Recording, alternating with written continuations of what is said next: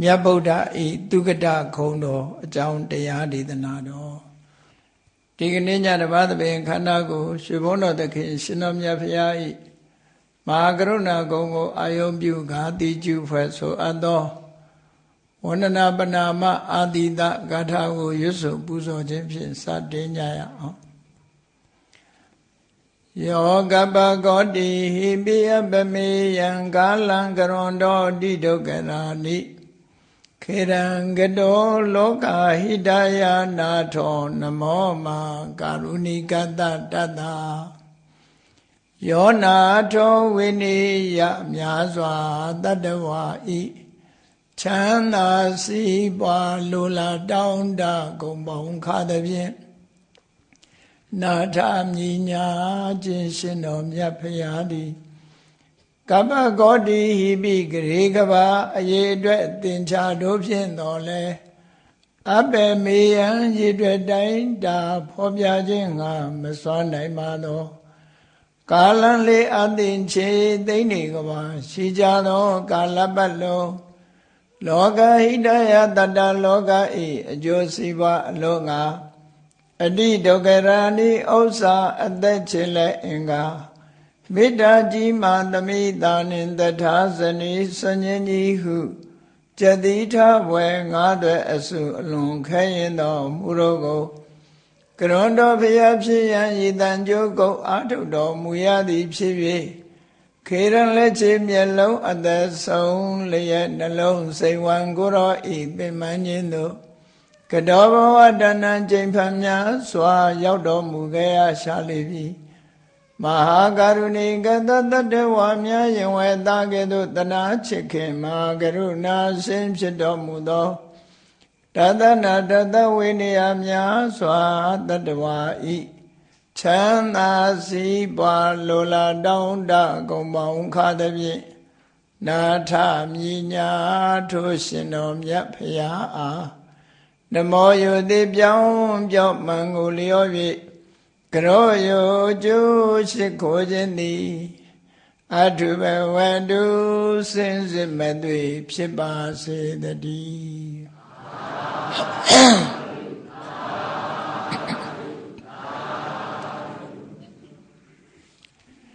မြတ်ဗုဒ္ဓဤ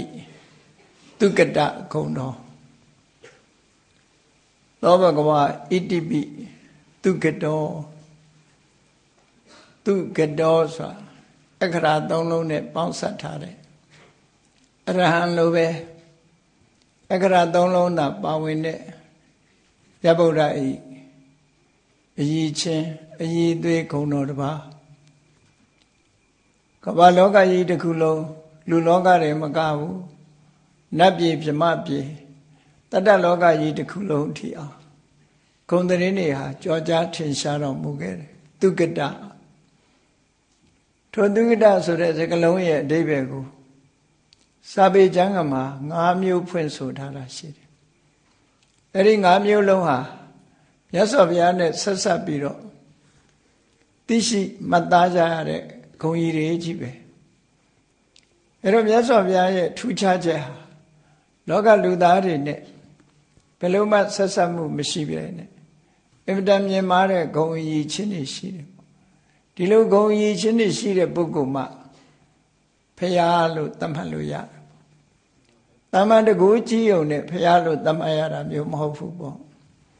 အဲ့ဒါကြောင့်မို့ဖရာလို့သတ်မှတ်တယ်ဆိုတဲ့အကြီးချင်းတွေဟာအရဟံတို့သမ္မာသမ္ဗုဒ္ဓောတို့ဝိဇ္ဇာစရဏတမ္ပန္နောတို့သူကတောတို့လို့ဆိုတာဒီဂုဏ်အကြီးချင်းတွေနဲ့ပြည့်စုံမှဖရာဖြစ်နိုင်တဲ့စံဆိုတာသတ်မှတ်ချက်ရှိတယ်ဒီအကြီးချင်းတွေအလုံးဟာတေချာလေးလာကြည့်မယ်ဆိုလို့ရှိရင်အလုံးဟာအသိဉာဏ်ရဲ့ထက်မြက်မှုနဲ့ပတ်သက်တာတွေကြီးပဲအကုန်လုံးဖရာဆိုတာအသိဉာဏ်ထက်မြက်မြင့်မာတဲ့ပုဂ္ဂိုလ်သို့သောအသိဉာဏ်ထက်မြက်မြင့်မာမှုဆိုတာဟာအလိုလျောက်ထက်မြက်မြင့်မာလာတာမဟုတ်ဘူးချင်းကြံကြိုးကုတ်အာထုတ်ခဲ့လို့လေ့ကျက်သင်ကြားလာခဲ့လို့လေ့ကျင့်လာခဲ့လို့သီလဆွမ်းအားတွေမြင့်မာတယ်သ မာဓိစွမ်းအားတွေမြင့်မားလာတယ်မြင့်မားလာသည့်အတွက်ကြောင့်အသိဉာဏ်ဟာမြင့်မားလာတယ်ချွင်းချက်မရှိအောင်မသိဘူးဆိုတာမရှိရလေအောင်ဉာဏ်ပညာရဲ့အစွမ်းတတ္တိထိရောက်မှုကိုအကြောင်းပြုပြီးတော့ဒီခုံတော်တွေဟာဖြစ်ပေါ်လာတာဖြစ်တယ်ပေါ့ဒါကြောင့်မို့အသိဉာဏ်ဟာအဓိကကျန်တာတွေကပံ့ပိုးပေးတဲ့အကြောင်းတရားတွေများတာဖြစ်တယ်လူလောကမှာလည်းကြည့်လေဉာဏ်ပညာမြင့်မြတ်တဲ့ပုဂ္ဂိုလ်အလုံးကလေးစားကြရတာကိုချင်းတရားတော့ကောင်းပါရဲ့အသိဉာဏ်ကမရှိဘူးဆိုလို့ရှိရင်လေသူ့အာကိုလောက်တဲ့အနေအထားမရှိဘူးလေသူ့ဘာသူဘလောက်ပဲကိုချင်းတရားကောင်းနေအများကျိုးဆောင်ရွက်ဖို့ဆိုတာတော့ပညာရှိမှဖြစ်တာပံကနဲ့လမ်းကြောင်းတစ်ခုကိုပြောမပြနိုင်ဘူးဆိုရင်ဒီပုဂ္ဂိုလ်ကိုယ်ပဲစိတ်ကလို့လေကို့မှာကုသိုလ်ရာယုံကလွဲလို့သူစီကဘာတစ်ခုမှရမှာမဟုတ်ဘူးပေါ့ဒါကြောင့်မို့မြတ်စွာဘုရားလို့ပုဂ္ဂိုလ်မျိုးကြတော့အသိဉာဏ်ရှိတဲ့အသိဉာဏ်ကိုအသုံးချပြီးတော့မှန်ကန်တဲ့လမ်းကြောင်းတွေကိုထုတ်ဖော်ပြောကြားနိုင်ကမ္ဘာလောကကြီးမှာလည်းရှိပညာရှိထံစိတ်ကကြဘာဖြစ်လို့ပညာလိုလားလို့ပညာဟာတန်ဖိုးရှိဆုံးအရာဖြစ်လို့အသိပညာတွေတတ်ပညာတွေရဖို့ဆိုပြီးတော့စိတ်ကကြတယ်အဲ့ဒီပုဂ္ဂိုလ်ရဲ့သင်ကြားပြသမှုကိုမှတ်သားနိုင်ယူကြတယ်လောကမှာကျောင်းတွေဖွင့်တာကောလိပ်တွေဖွင့်တာ University တွေဖွင့်တာဘာအတွက်လဲလို့မေးပညာပဲပညာဟာဘလို့အရေးပါတယ်ဆိုတာမတမထင်ရှားလောကလူဖြစ်လာပြီဆိုလို့ရှိရင်ကျောင်းထားရတယ်ဆိုတာပညာအတွက်ထားတာပဲထိုပညာကမှအလုံးကိုထိမ့်ချုပ်ပြီးဘဝခရီးမှာအစစ်မြင့်မြင့်သွားလို့ရတာဒါကြောင့်မို့လို့ပညာသင်ကြားရတယ်လို့ပညာရေးလို့ဆိုတာအဓိကထားပြီးတော့လောက်တာပေါ့နော်အဲ့တော့မြတ်စွာဘုရားကလည်းပညာမှာအထွတ်ထိပ်ဖြစ်သူရောက်နေဒါကြောင့်မို့သုက္ကတဆိုတဲ့ဂုဏ်တော်ကြီးရဲ့အဓိပ္ပာယ်တွေကိုလေ့လာမှတ်သားကြည့်မယ်ဆိုရင်ပညာနဲ့ပတ်သက်တာလို့ပဲပြောရမှာပဲသုက္ကတကိုယ်တော်ကိုယ်ပါကိုလေ့လာထားတဲ့ပုဂ္ဂိုလ်တွေအဓိပ္ပာယ်အမျိုးမျိုးမှတ်သားဖို့ပါလိမ့်မယ်ဒီကနေ့ဝိသုဒ္ဓိမေတက္ကထာတို့ပါရဇိကံတက္ကထာတို့ထို့တက္ကထာကျမ်းနေမှာတညီတဲ့ဖွင့်ဆိုထားတဲ့အဓိပ္ပာယ်ဖွင့်ဆိုချက်၅မျိုးကိုဘုန်းကြီးတို့ဗုဒ္ဓဘာသာဝင်သူတော်ရှင်တွေမှတ်သားကြရအောင်စာပေကျမ်းဂန်နဲ့အညီရှင်းလင်းပြောကြားမှာဖြစ်ပါတယ်သုကတဆိုတဲ့စကားလုံးဟာသူဆိုတဲ့စကားလုံးလေးကတစ်ခုကတဆိုတာကတစ်ခုနှစ်ခုခွဲလိုက်တယ်အက္ခရာ၃လုံးအဓိပ္ပာယ်ရတဲ့စကားလုံးနဲ့ပြောမယ်ဆိုရင်သူကအဓိပ္ပာယ်တစ်ခုကတကအဓိပ္ပာယ်တစ်ခုသူဆိုတာကောင်းမြတ်တယ်တင့်တယ်တယ်ကျင့်တတ်စရာကောင်းတယ်အပြစ်ကင်းတယ်ဆိုတဲ့အဓိပ္ပာယ်ကိုရကတဆိုတာတွားရောက်ခြင်းသို့မဟုတ်လမ်းကြောင်းအပြစ်ကင်းတဲ့လမ်းစဉ်အပြစ်ကင်းတဲ့လမ်းစဉ်မှန်ကန်တဲ့လမ်းစဉ်ရှိတဲ့ပုဂ္ဂိုလ်လို့ဒီလိုအဓိပ္ပာယ်ရလောကမှာလမ်းစဉ်မှန်မှားနေတဲ့ဆိုတဲ့ပုဂ္ဂိုလ်တယောက်ဟာလမ်းမှားရင်လမ်းဆုံးရောက်ဖို့ဆိုတာမတမခဲတယ်မြတ်စွာဘုရားဟာမှန်ကန်တဲ့လမ်းစဉ်ရှိလို့လိုချင်တဲ့ကောင်းကျိုးချမ်းသာတွေကိုရတာဖြစ်တယ်မှန်ကန်တဲ့လမ်းကြောင်းကိုရှောက်လန်းလာတဲ့ပုဂ္ဂိုလ်ဆိုတဲ့အနေနဲ့ဂုဏ်တင်ရတာလမ်းမှန်ပေါ်သွားတဲ့ပုဂ္ဂိုလ်ဟာလည်းပဲဂုဏ်တင်ရမယ့်ပုဂ္ဂိုလ်တစ်ခုပဲဖြစ်တယ်ဂုဏ်ရည်ချင်းဟာလေးစားတိုက်တဲ့ဂုဏ်ရည်ချင်းတစ်ခုဘာလို့ဆိုရင်လောကမှာလူတွေဟာလမ်းမလျှောက်နေကြတာတွေအများကြီးကိုမမကန်တဲ့လမ်းပေါ်ကိုရှောက်လန်းလို့ဆင်းရဲဒုက္ခကြုံတွေ့နေကြတာတွေအများကြီးပဲအကုသိုလ်ကိုကုသိုလ်ထင်ပြီးတော့လုပ်နေကြတာတွေကုသိုလ်ကိုအကုသိုလ်ထင်ပြီးတော့ရှောင်နေကြတာတွေလှုပ်တဲ့နာကိုမလှုပ်တဲ့မှုလို့ထင်နေကြတာတွေမလှုပ်တဲ့နာကြတော့လှုပ်တဲ့တယ်လို့ထင်နေတယ်ဆိုတဲ့လမ်းကြောင်းတွေမိမိရှောင်လန်းတဲ့လမ်းဟာထင်တဲ့အတိုင်းဘာတစ်ခုမှဖြစ်မလာတဲ့မကန်တဲ့လမ်းကြောင်းတွေကိုရှောင်လန်းပြီးတော့လမ်းဆုံးတာနဲ့တပြိုင်နက်လူတွေဟာဒုက္ခအတွင်းကိုသက်ဆင်းကြရတာဖြစ်တယ်ပေါ့ကမ္ဘာလောကကြီးမှာကြည့်လိုက်လမ်းစဉ်တစ်ခုမှားပြီဆိုလို့ရှိရင်ထိုမှားရွေးတဲ့လမ်းဆောင် လမ်းကြောင်းတိုင်းရှောက်လန်းလာတဲ့လူမျိုးရှောက်လန်းတဲ့တိုင်းပြည်ဟာနောက်ဆုံးမှဆင်းရဲတွင်နစ်သွားတာပဲရှိတယ်။ကောင်းကျိုးချမ်းသာဆိုတာမရနိုင်ဘူး။အဲ့တော့မြတ်စွာဘုရားကတော့မှန်ကန်ပြီးတော့အပြစ်ကင်းတဲ့လမ်းကြောင်းပေါ်ကိုရှောက်လန်းလာခဲ့တဲ့သူလို့ဒီလိုအဓိပ္ပာယ်ရတယ်။သောဗနဂမနအပြစ်ကင်းတဲ့လမ်းကြောင်းရှောက်လန်းလာတယ်။အပြစ်ကင်းတဲ့လမ်းကြောင်းဆိုတာဘာကိုပြောတာလဲဆိုတော့မြတ်စွာဘုရားဟာကိလေသာတွေကုန်မို့ရာအတွက်ကျင့်ကြံကြိုးကုပ်အားထုတ်တဲ့လမ်းကြောင်းဟာသူ့ရဲ့ရည်ရွယ်ချက်ဥတည်ချက်ကဘာလဲလို့ဆိုရင်သေခြင်းတရားရှိရင်မသေးတဲ့တရားဆိုတာရှိရအဲ့ဒီမသေးတဲ့တရားဘယ်လမ်းကြောင်းကသွားရမလဲလို့ဆိုတာကိုစူးစမ်းရှာဖွေရင်နောက်ဆုံးအဲ့ဒီလမ်းကြောင်းတိုင်းသွားတဲ့အခါမှာမသေးရနိဗ္ဗာန်ဆိုတာကိုရောက်ရှိသွားတယ်ပေါ့အဲ့ဒီလမ်းကြောင်းကနေလျှောက်တာတမန်အပြင်ကြည့်မယ်ဆိုလို့ရှိရင်နောက်စဉ်းစားကြည့်မယ်ဆိုရင်လောကလူသားတွေမဖြေရှင်းနိုင်တဲ့ပြဿနာဘာလဲလူတိုင်းကြုံတွေ့နေရတဲ့ပြဿနာဘာလဲမေးလိုက်မယ်ဆိုရင်နိုင်ငံရေးပြဿနာဟာမဖြေရှင်းနိုင်တဲ့ပြဿနာလားနိုင်ငံတိုင်းလူတိုင်းကြုံတွေ့ရတဲ့ပြဿနာလားဆိုမဟုတ်ဘူးနိုင်ငံရေးပြဿနာဆိုတာနိုင်ငံတိုင်းလည်းမကြုံတွေ့ဘူးလူတိုင်းလည်းမကြုံတွေ့ဘူးဒါကဖြေရှင်းလို့မရတဲ့ဟာလည်းမဟုတ်ဘူးစီးပွားရေးပြဿနာလားလို့မေးလို့ရှိရင်စီးပွားရေးပြဿနာဆိုတာလေခဏတပြုတ်တာမန်ဖြစ်တဲ့ကိစ္စတခုဖြေရှင်းသွားတာပဲနော်စီးပွားရေးပြဿနာဆိုတာလေလူတိုင်းလည်းမဆုံရဘူးနိုင်ငံတိုင်းလည်းမကြုံဘူးကြုံတဲ့အခါလည်းစနစ်တကျဖြေရှင်းသွားလို့ရှိရင်ပြေသွားပြန်တာလူမှုရေးပြဿနာကျန်းမာရေးပြဿနာတွေပေါင်းများစွာသောပြဿနာတွေတခဏပဲကြုံတွေ့ကြပြီးတော့ဖြေရှင်းလို့ရတဲ့အရာတွေကြီးပဲဖြေရှင်းလို့မရတဲ့ပြဿနာကဘာလဲလို့ဆိုရင်အိုးခြင်းနာခြင်းသိခြင်းဘယ်နိုင်ငံသားပဲဖြစ်ဖြစ်ဘာလူမျိုးပဲဖြစ်ဖြစ်ဘယ်ဘာသာကိုးကွယ်တဲ့ပုဂ္ဂိုလ်ပဲဖြစ်ဖြစ်ဒီပြဿနာအဖြေရှာတွေ့နိုင်ပါမလားတွေ့နိုင်ဘူးမတွေ့ဘူးကြိုးစားကြတယ်လေသွေးသစ်တွေလဲပြီးတော့အသက်ရာထောင်နေဖို့ကြိုးစားကြတယ်ကြိုးစားရင်းနဲ့ပဲပြုတ်သွားကြရမအိုဖို့ကြိုးစားကြတယ်ကြိုးစားရင်းနဲ့ပဲပြုတ်သွားဗမာပြည်မှာတော့အရှင်ထွက်တွေအသေးထွက်တွေရှိတယ်သေတာကိုသေတယ်လို့မပြောချင်တော့ထွက်ဆိုတာလေးကပါလိုက်သေးတယ်နော်အရှင်ထွက်တယ်ဆိုတာဘာမှလည်းမသိဘူးအသေးထွက်တာလည်းဘာမှမသိဘူးအသက်ထွက်သွားတာတော့သိကြတယ်ပေါ့အဲ့တော့အရှင်ထွက်တွေအသေးထွက်တွေကိုယုံကြည်နေကြတဲ့ပုဂ္ဂိုလ်တွေကလည်းအများကြီးရှိတယ်သေတာဟာသေတာပဲအသက်ထွက်တယ်လို့ပဲခေါ်လိုက်ပါရှင်ရတန်းကြီးနဲ့ထွက်သွားတယ်လို့ဆိုတာတော့မရှိနိုင်ပါဘူးနော်ရှိနိုင်ပါဘူးမသေးအောင်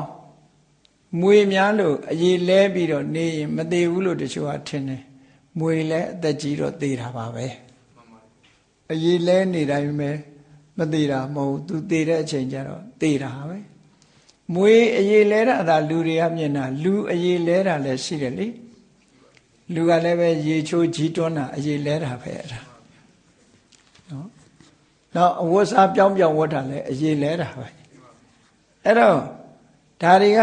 အဆမ်းမှမဟုတ်တာအဆမ်းမှမဟုတ်တာအသက်ရှည်ဖို့အတွက်မဟုတ်ဘူးလေမွေလို့အရေးလဲပြီးတော့အသက်ဆက်နေမယ်ဆိုဘယ်တရားဝါဖြစ်အချိန်တန်လို့ရှိရင်သေချိန်တန်လို့ရှိရင်သေသွားတာဘဝမှာ life span ဆိုတာရှိတယ်ကံရဲ့အတိတ်ပဲတစ်ခုစဉ်းစားနိုင်အောင်ပြောပြမယ်ခုခေတ်ပြောလို့နားလဲစရာတွေရှိတယ်ဒုံးမြန်ပြစ်စင်ကြီးကနေပြီးတော့ဒုံးမြန်တစ်ခုပြစ်တင်လိုက်နော်လောင်ချာနဲ့ဒုံးမြန်ကိုတွန်းအားနဲ့ပြစ်ထည့်လိုက်အဲ့ဒီပြစ်တဲ့စွမ်းအားရှိသလောက်ဒုံးမြန်ကြီးကသွားနေမှာအဲ့ဒီစွမ်းအားကုန်တာနဲ့ပြန်ကျသွားတယ်ပြစ်လိုက်တဲ့စွမ်းအားအဲ့ဒါလိုပဲကံကြမ္မာကဖန်တီးလိုက်တဲ့စွမ်းအားနဲ့ဒီလူတယောက်ဟာစတင်လိုက်တဲ့ကံရဲ့စွမ်းအားကနေပြစ်တင်လိုက်တာကံကလိုက်လာတာမဟုတ်ဘူးကံကနေပြစ်လွတ်လိုက်တာနောက်ဆုံးကြတော့ ကံကဖန်တီးထားလိုက်တဲ့ပရိသေစိတ်ကလေးကနေခြားထဲမှာဘဝင်စိတ်တွေဝိသိစိတ်တွေဖြစ်ပြီးနောက်ဆုံးစိတ်ကလေးကိုသုတိလို့ခေါ်တာပဲအဲ့ဒီပရိသေဘဝင်ဒီနှစ်ခုရဲ့အကြာကာလကို life span လို့ခေါ်တာဘဝတစ်ခုဘယ်သူကသတ်မှတ်ပေးလိုက်တာတော့ဆိုခုနကပြစ်တင်လိုက်တဲ့ကံတရားရဲ့စွမ်းအားပဲအဲ့ဒီကံရဲ့စွမ်းအားဒုံမြန်တစ်ခုကိုပြစ်လိုက်တဲ့စွမ်းအားနဲ့အဲ့ဒီဒုံမြန်ဟာအရှိန်မသေးမချင်းသွားနေမှာပဲလူတွေလည်းကံကနေပြီးတော့ပြစ်လိုက်တာအရှိန်မသေးမချင်းလူတွေကသွားနေမှာအေးသို့သောမော်တော်ဆိုင်ကယ်မစင်မချင်းစီးရင်တော့ဒုံခွင်းဒုံနဲ့တွေ့တယ်လို့ခေါ်တာပေါ့အဲ့ဒါကြောင့်ကံရှိန်တော့ရှိသေးတယ်လေကံရှိန်တော့ရှိသေးတယ်ဒုံမြန်ကြီးပြစ်ထားလို့သူ့ရှိန်နဲ့သူသွားတာဒါပေမဲ့ဒုံခွင်းဒုံနဲ့တွေ့ရင်တော့သူလည်းပဲပြုတ်ကျသွားတာပဲဥပိ္ပစေတွေကကံလို့ခေါ်တာပေါ့ဝင်ပြီးတော့ဖြည့်ဆည်းနှောင့်ယှက်လိုက်တာဒါမျိုးလည်းရှိတယ်အဲ့တော့ life span ဆိုတဲ့ဘဝတစ်ခုကိုကံကြမ္မာကနေပြီးတော့အရှိန်နဲ့လွတ်လိုက်တာအဲ့ဒီအရှိန်မကုန်မချင်းဘဝတစ်ခုသွားနေမှာတယောက်နဲ့တယောက်တူသလားလို့ဆိုမတူဘူးပြစ်လိုက်တဲ့ကံအရှိန်ချင်းကမတူကြဘူးမတူကြသည့်အတွက်ကြောင့်အသက်တူရှည်ကွာခြားတယ်သူလှုပ်ထားတဲ့ကံတဲမှာပါဏာတိပါဒတွေကလွှမ်းမိုးပြီးတော့ချီဆိုးထားတယ်ဆိုလို့ရှိရင်တော့တက်တမ်းမစိတ်ခင်ပြုတ်ထွက်သွားမှာပဲသူကအရှိန်ကစောကြီးကုန်သွားတယ် energy တွေကုန်ပြီးတော့စောစောတည်သွားတယ်ဒီထဲမှာမတည်ဘူးဆိုလို့ရှိရင်လည်းတည်ဖို့ရာအကြောင်းတွေယောဂါတွေဖြစ်လိုက်ဟွာတွေဖြစ်လိုက်ဒါတွေဖြစ်လိုက်ပါဏာတိပါဒကံကဝင်ပြီးတော့နှောက်ယှက်လိုက်တဲ့အခါဆက်သွားနိုင်ခြင်းစွမ်းအားတွေမရှိတော့ဘူးစွမ်းအားတွေကဈာတွေကနေပြီးအနှောက်ယှက်ခံလိုက်ရတဲ့အခါကျတော့ရှေ့မသွားနိုင်တဲ့အနေအထားမျိုးဖြစ်တယ်ပေါ့အဲ့ဒီသဘောပဲเนาะကံကနေပြီးတော့စတင်ပြစ်လိုက်တာအဲ့ဒီကံကပြစ်လိုက်တဲ့ life span တိုင်းလူတွေဟာသွားနေကြအဲ့တော့ life span စီသွားပြီဆိုလို့ရှိရင်ဘယ်တရားဝါမှနေလို့မရဘူးတာဝရိန္ဒနတ်ပြည်မှာနတ်ဖြစ်တယ်ဆိုတဲ့ပုဂ္ဂိုလ်တွေဟာတာဝရိန္ဒနတ်ပြည်ရဲ့နတ်သက်ဟာအနှစ်1000သူတို့အရေးအတွက်နဲ့အနှစ်1000နှစ်ပေါင်း1000အဲ့ဒီနှစ်1000ပြည့်လို့ရှိရင်ဆက်နေခြင်းလို့မရသူ့ရဲ့ life span ကန့်သတ်ချက်ရှိတယ်လူတွေကြတော့အဲ့လိုကန့်သတ်ပေးထားတာမရှိသည့်အတွက်ကြောင့်လူတွေဟာအရှိတူပိုးကွာတယ်နတ်တွေကြတော့ကန့်သတ်ထားတာရှိတယ်ပေါ့ရေပေါ်ရာအပြင်သူတို့လုပ်တဲ့ကုသကံရဲ့အရှိန်ကိုစံတစ်ခုအနေနဲ့သတ်မှတ်လို့ရတယ်စတုမာရနတ်က900တာဝရိန္ဒနတ်ရဲ့တက်တန်းက1000နော်ယာမနရဲ့တက်တန်းက2000တုတ်တိတနတ်ရဲ့နတ်ကလိုတိုးတက်သွားတာပေါ့အဲ့ဒါလို့နတ်တက်တွေကကံကြမ္မာရဲ့ဆုံးဖြတ်ချက်အတိုင်းပဲသူတို့ဟာတက်တန်းတွေဟာအတိုးရှိသွားတာသို့တော့အဲ့ဒီတက်တန်းစီသွားလို့ရှိရင်ရှေ့ဆက်သွားလို့ရလားဆိုမရဘူးဖန်တီးလိုက်တဲ့ကံဟာအရှင်ကုန်သွားပြီအရှင်ကုန်သွားသည့်အတွက်ကြောင့်ဘဝတစ်ခုရဲ့ life span ဟာပြီးဆုံးသွားပြီလုပ်ငန်းတစ်ခုပြီးဆုံးသွားတယ်လို့လူတွေတင်လားလို့ဆိုမဟုတ်ဘူးပန်းပွင့်လေးတွေလည်းကြည့်ပေါ့ပန်းပင်ကပွင့်လာတဲ့ပန်းပွင့်လေးတွေဟာဘယ်နှရက်ခံမှလဲခံမဲ့အတိုင်းတာတိုင်းသွားတယ်အေးပိုးခံအောင်ရေလေးနဲ့ဘာလေးနဲ့လှုပ်ပေးတဲ့အခါကျတော့အားပြည့်သွားတဲ့အခါမျိုးလည်းရှိတယ်ပေါ့သို့တော်လည်းပဲဒီပန်းလေးဟာဥပမာမဲ့တလပဲခံမဲ့ပန်းဆိုလို့ရှိရင်ဘယ်လိုပဲရေတွေတဲ့လောင်းနှစ်နောက်ဆုံးကနွမ်းပြီးကျွေးသွားမှာပဲပေါ့6ချင်လဲ6သွားမှာလိုက်ဆွမ်းကုံသွားရင်ဘာမှလုပ်လို့မရတော့အဲ့ဒါလိုပဲလောကလူသားတွေမဖြေရှင်းနိုင်တဲ့ပြဿနာဟာဘာလဲလို့မေးမယ်ဆိုရင်အိုခြင်းနာခြင်းသိခြင်းဘယ်ဘာသာကမှဖြေရှင်းမပေးနိုင်ဘူးတရားအိုခြင်းနာခြင်းသိခြင်းကိုမဖယ်ရလာတဲ့ဘဝမှာမအိုရအောင်မနာရအောင်မသိရအောင်လှုပ်တဲ့ဤစနစ်မရှိဘူးမြတ်စွာဘုရားကိုယ်တိုင်ကဖွင့်ပြီးတော့ဟောထားတယ်နတ္ထိဇာတတ္တအမရဏံမွေးလာပြီးတဲ့နောက်မသေးတဲ့တ attva ဆိုတာလောကမှာမရှိပါဘူးတဲ့ရှိနိုင်ဘူးတဲ့ဒါအဲ့တော့မရှိနိုင်တော့ဘာသာရေးပြဿနာတစ်ခုအနေနဲ့ကြည့်မယ်ဆိုရင်မသေးအောင်လုံးနိုင်တဲ့မွေးလာပြီးတဲ့နောက်မသေးအောင်လုပ်တဲ့နည်းရှိလားဆိုမရှိဘူးဒါဖြင့်မသေးရအောင်ဘာလုပ်ရမလဲဆိုရင်မမွေးအောင်လုပ်ဖို့ပဲရှိတယ်ဒါပဲเนาะ မမွေးအောင်လုံးမှမွေးရင်တော့သေမှာပဲဒီလိုဆိုလိုတာပေါ့အဲ့တော့နောက်ထပ်ပြန်မွေးနေတာဘာကြောင့်မွေးတာတုံးလို့ဆိုလို့ရှိရင်လိုချင်တဲ့တဏှာဥဆောင်တယ်အမှန်မသိအောင်အဝိဇ္ဇာကအမှောင်ချထားတယ်ကံတရားတွေကတွန့်ပို့တယ်မွေးပြန်ရတယ်ထပ်ပြီးတော့အဲ့တော့လက်တယ်တွေကဘယ်သူတော့ဆိုရင်အဝိဇ္ဇာရဲ့တဏှာရဲ့ကံရဲ့သူတို့ကလက်တယ်ပဲအဝိဇ္ဇာကအမှန်မမြင်အောင်ဖုံးကွယ်ပေးထားတယ်တဏှာကသဘောတွေကြားတယ်တွေ့တာတယ်သူတွေ့တာတဲ့နေရာကိုကံကနေတွန်းပို့လိုက်တယ်ဟောရောက်လာပြန်ပြီတဘွားရောက်လာပြန်ပြီသူတို့ဖန်တီးလိုက်တဲ့အရာတစ်ခုတည်းနောက်ဆုံးမှာအိုရပြန်ပြီနာရပြန်ပြီသေရပြန်ပြီလို့အဲ့တော့ဒီအိုခြင်းနာခြင်းသေခြင်းဆိုတဲ့ problem ကလွတ်ချင်ရင်ဘာလုပ်ရမလဲလို့ဆိုရင်မွေးအောင်လုပ်နေတဲ့ဘဝတစ်ခုရအောင်လုပ်နေတဲ့အဝိဇ္ဇာနဲ့တဏှာကာကွယ်ထားတဲ့ဖုံးကွယ်ထားတဲ့အမှန်တရားကိုမသိအောင်ခိုးဝှက်ထားတဲ့အဝိဇ္ဇာကိုဖယ်လိုက်ရမယ်အဝိဇ္ဇာဖယ်လိုက်တာနဲ့တွေ့တာမှုဆိုတာမမြင်ဆိုလိုတာကဥပမာဘာနဲ့တူတော့ဆိုရင်နော်ဒီဘလူးကလူရောင်ဖန်ဆင်းထားတယ်ဘလူးကလူရောင်ဖန်ဆင်းထားတဲ့အခါကျတော့ချောချောလှလှလေးလူကလေးလို့ချောချောလှလှလေးလို့ထင်နောက်ကြရင်ဘလူးစားခံရတာအဲ့တော့ဒီဘလူးရုပ်ကိုကာကွယ်ပြီးတော့ဖုံးလွှမ်းထားတာအဲ့ဒီဖုံးလုံးထားတဲ့မျက်နှာဖုံးကိုခွာပစ်လိုက်ဖို့လို့အဲ့ဒီမျက်နှာဖုံးကိုဘယ်သူကစွတ်ပေးထားတာတော့ဆိုအဝိဇ္ဇာကစွတ်ပေးထားမျက်နှာဖုံးကလှလှလေးစွတ်ထားတော့မူလရုပ်တင်မပေါ်တော့တဏှာကသဘောကျတယ်ဖုံးပေးတာမျက်နှာဖုံးစွတ်ထားတာကအဝိဇ္ဇာ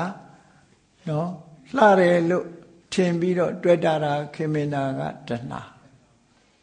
ရအောင်ကြိုးစားတာကကံလို့ဟောသူတို့သုံးခုလုံးနေကြတာဘဝကြီးကိုဘဝဆိုတဲ့ဘလူးကောင်ကြီးကိုအလှထင်အောင်အဝိဇ္ဇာကနေဖုံးပေးထားပြီးတော့တဏှာကလူချင်းလာတဲ့အချိန်မှာကံကနေပြီးတော့တွန်းပို့ပေးလိုက်တာတဲ့ဘလူးရင်ဝင်နဲ့ရောက်သွားဘာဖြစ်လဲအစာခံလိုက်ရပြန်ပြီနော်ခေါင်းတွေလည်းဖြူသွားပြန်ပြီသွားတွေလည်းကျိုးသွားပြန်ပြီဘဝတစ်ခုတစ်ခုမှာ